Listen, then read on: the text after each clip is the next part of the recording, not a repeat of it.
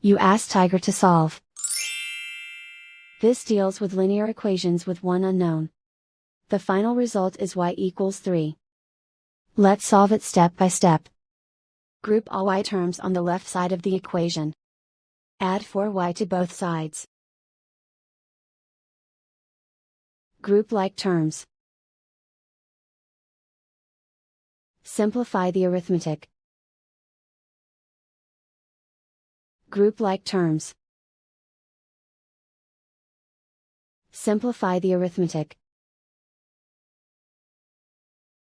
Group all constants on the right side of the equation. Add 9 to both sides. Simplify the arithmetic.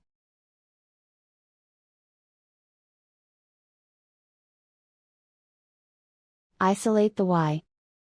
Divide both sides by 11. Simplify the fraction.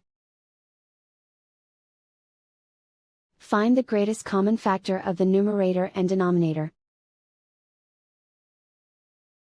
Factor out and cancel the greatest common factor. And so the final result is y equals 3.